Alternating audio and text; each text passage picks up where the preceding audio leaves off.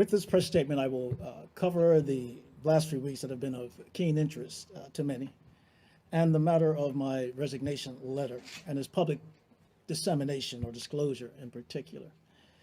After withstanding countless attacks on my person, mostly by people anonymously, I have decided to come forward to provide my side of the case as to the allegations and claims that have been made about me in an article on Huffington Post written by Relinda Harvey Smith about the ills of social media. The writer wrote the following to a friend: "Social media just doesn't make me feel good." To which her friend replied, "Yep, it's so toxic." Clearly, the above quotes reminded me of the ways in which social media, revolving around Facebook and other online sites, have been weaponized and even monetized. In my case, social media was weaponized to promote half-truths, innuendos, outright lies, woeful mischaracterizations, and just plain run-of-the-mill gossip, which we in Bermuda know has become our real national sport. How many defamatory posts during this feeding frenzy of the last few weeks were able to migrate from the poison pen or keyboard by persons both anonymously and those who posted under their own names, who were seeking to demonize me and harm those close to me? And this was done with relish by political opponents on both sides of the aisle, including by a certain PLP MP. This former colleague, in a very passive-aggressive way during the height of the public lynching of me, posted on social media that misogyny has no place in the house of Dame Lois. These comments were also picked up by the Royal Gazette and published alongside those of an advocacy group. I can only surmise, based upon my experience in the caucus and party, that he did so with the full approval of the Premier as a means of providing added fuel to justify the growing calls in some quarters for my resignation. I pose the following questions. Is giving a compliment due to a recent weight loss to a woman an example of sexual harassment? Or asking a constituent if she was married, was that another example of the same thing as was recently posted by someone on Facebook? Or does flirting with someone 20 years ago constitute another example? Does it serve any of us to essentially dumb down a very serious issue? Too many of these stories are nothing more than tales made out of whole cloth, as some have characterized, as noted previously, as a very public lynching. Firstly, let me say once more that I made a woeful mistake. I did so by exercising bad judgment in making an inappropriate comment to a female staffer in a professional environment roughly 2 years ago on the phone, who in retrospect did not deserve to be put in such a position by me or anyone else. As previously noted, this matter was amicably resolved between the two adult parties through mediation, culminating with a full written apology by me. This was an apology that the female staffer willingly accepted and with which I was informed by two high-ranking officers of the House of Assembly she was quite content with. Unfortunately, this private and highly confidential matter that was handled properly as to policy, code, and procedure was deliberately leaked to the general public by those who sought on both sides of the political divide to use it purely for political and selfish purposes, including the aforementioned advocacy group. I am now also convinced that the Premier would have had to have known about this as it was unfolding in the House of Assembly.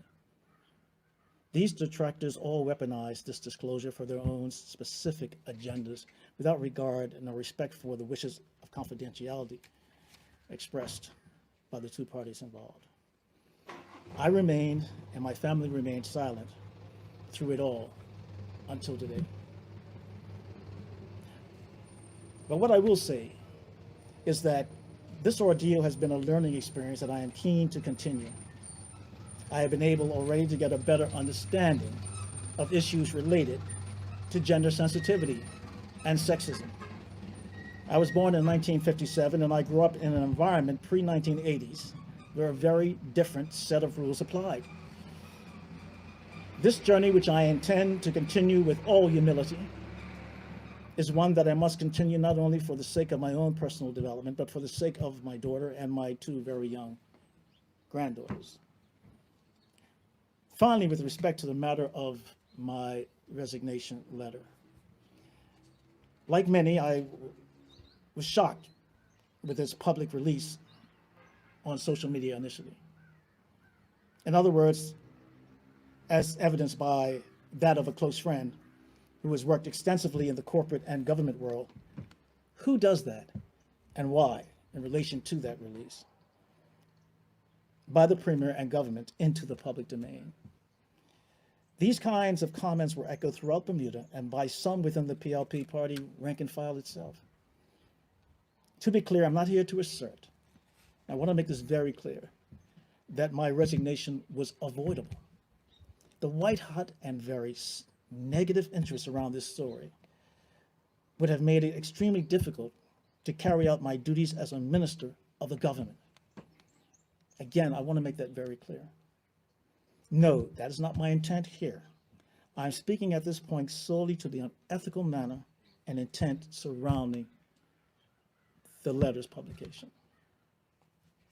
What many do not know is that the resignation letter itself was released without my consent by the Premier, which, as stated, was unethical in my view.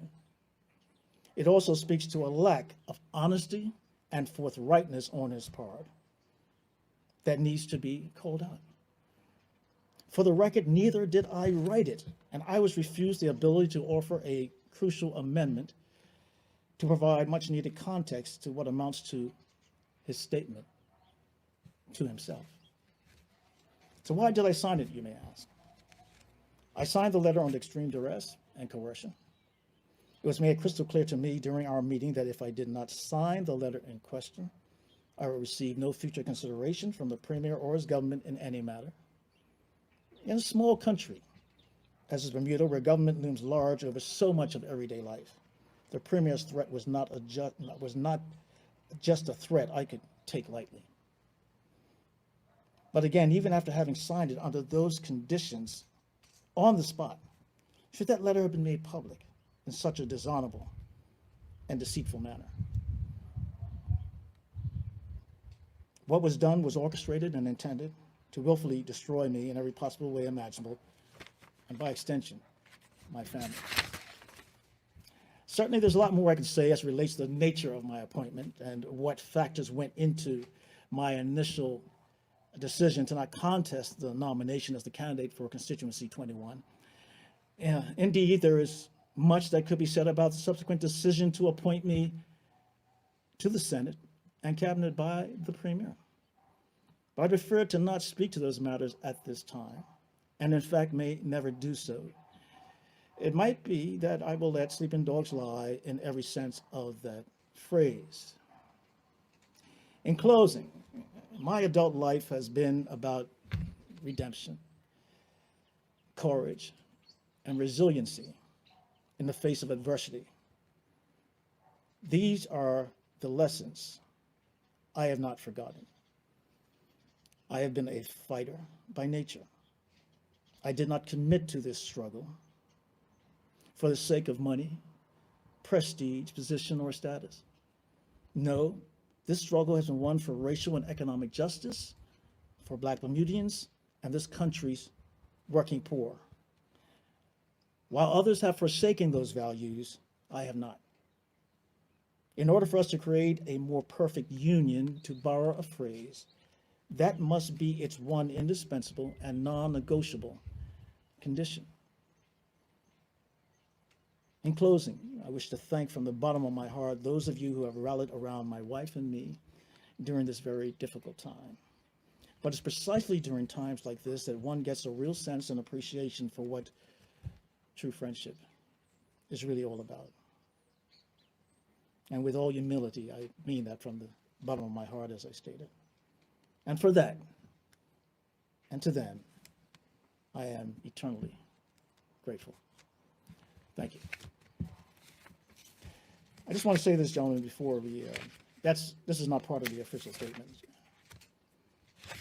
You know, it's just a shame that we You know, we have people out there that are very hurt, and I understand that. But it's just a shame that at a time when we're fighting or facing one of the most unprecedented crises that Bermuda has ever seen, at least in maybe the last 100 years, where we're seeing growing unemployment, growing desperation, people who are truly economically vulnerable, that over the last 4 or 5 weeks, although it's tamped down a little bit over the last couple of weeks, it's almost like we've been all part of some national soap opera. This is not the conversation we need to be having as we move into the next few months. We may very well see another upsurge in migration out of the country, as we've seen since 2008, because of the very real economic risks and threat that we're facing. So at this time, I've just asked all of you to maybe let's pivot and focus on what's in the real interest of the country, but also not ignoring, as I stated, that we have to change our behaviors, including myself as men, and I'm working on that as we move forward. That's all I have to say right now, and I will not be taking any questions at this point. The statement itself is very long. I think it covers many of the key issues, as you will see. I've sent it to all of you that you would want to have addressed. This may not be the last word. I hope it will be, but I haven't ruled out if I have to coming back before the public domain at a future point. Thank you.